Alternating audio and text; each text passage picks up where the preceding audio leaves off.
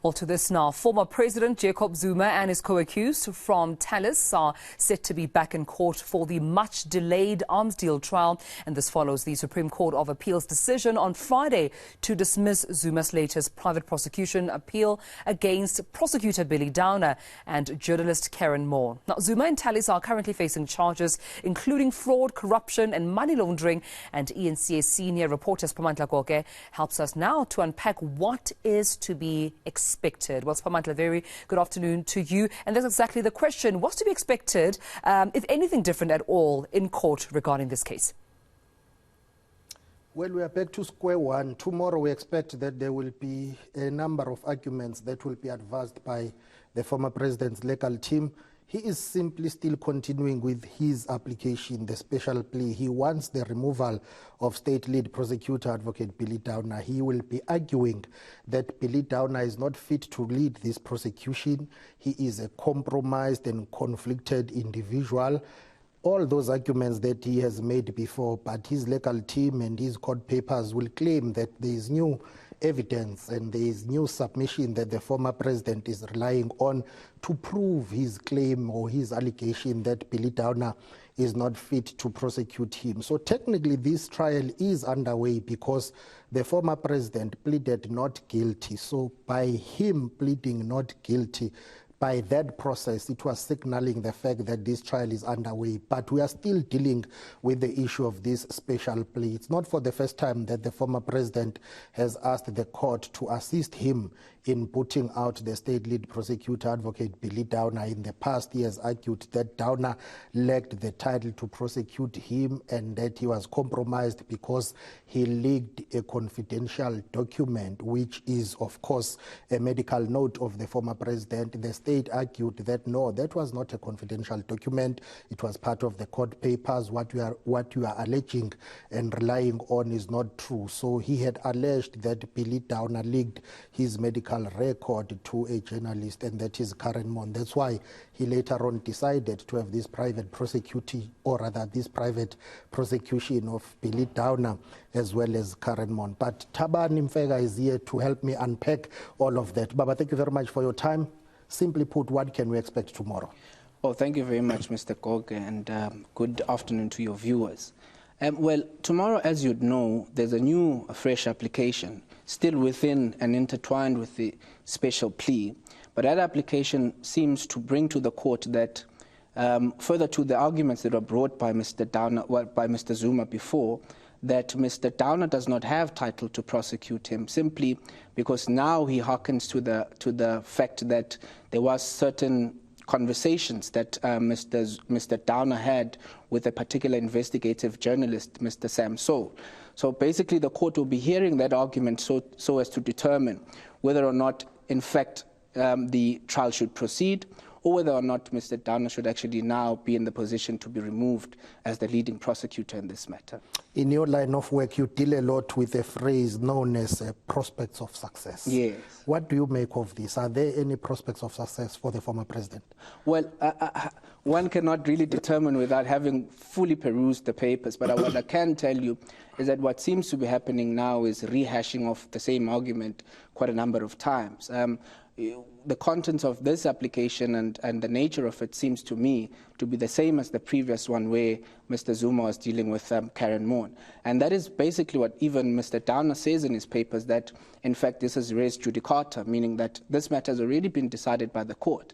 And this court is held by stare decisis, which means that this court has had upper courts that have decided on the matter and it should abide by that decision. So basically, if I were to throw my opinion on the prospect of success, I would say there's very little prospect of success in this matter. But as you'd know, we possibly are going to be looking at a further appeal.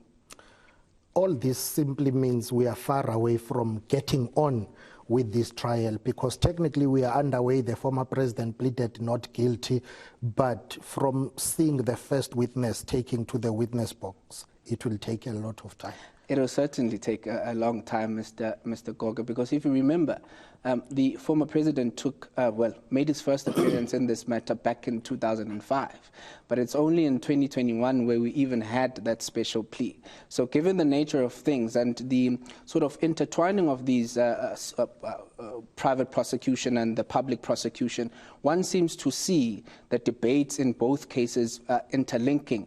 And given how our courts work, I mean, one can appeal up unto the Constitutional Court a number of times.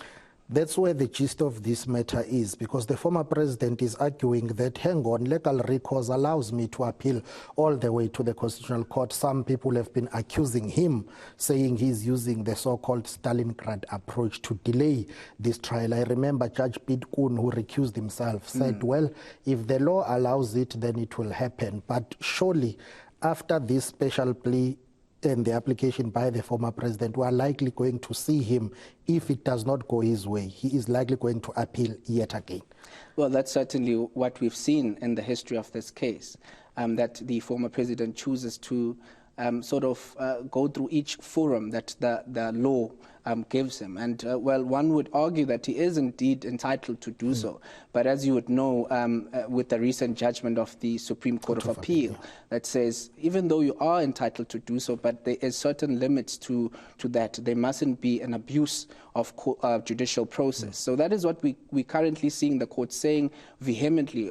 There's a number of judgments. In fact, if you look at the answering affidavit in this matter, that is basically what the argument of Billy Downer is, that this court, from the spy tapes decision, has been making the same decision regarding the matters of Mr. Zuma. Unreasonable delays. It's another term that we've got to come to know very well when it comes to this matter. And what is currently happening, playing out here in this court, in the Pietermaritzburg High Court, will surely lead to those delays. And both parties have been playing this blame game. The state saying we are ready to commence with this trial. The former president saying, well, I have been ready. I've been calling for a speedy trial, but under fair rules and fair play. Yes.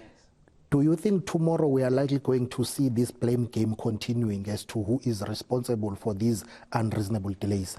I think we aren't going to see anything new in this matter. I think what is going to be happening is a continuation of several arguments that have already been canvassed before the court. Unreasonable delay, oftentimes when we argue it in court, is mainly for the accused. But this is an exceptional case where you see even the state saying, look, there's been unreasonable delay. So insofar as my opinion is concerned, I certainly do believe we're still going to be seeing unreasonable delay. And in this instance now, one can even argue that it's unreasonable delay on the part of the public. I mean, certainly there's a lot of public opinion regarding this matter. And with the delay that is continuing to happen, there's a lot that is at stake, and one should try and see the finality of this matter. So certainly I agree with you. There's quite a lot of unreasonable delay, in fact. If you check the time that would have lapsed by the time this matter gets underway, and the number of witnesses that would not be there, whether through death, others citing loss of memory, the quality and credibility of evidence in a form of papers that are there, even when the trial gets underway, you're still going to have more delays and probably a trial within a trial. So it will take longer to conclude it even when it starts.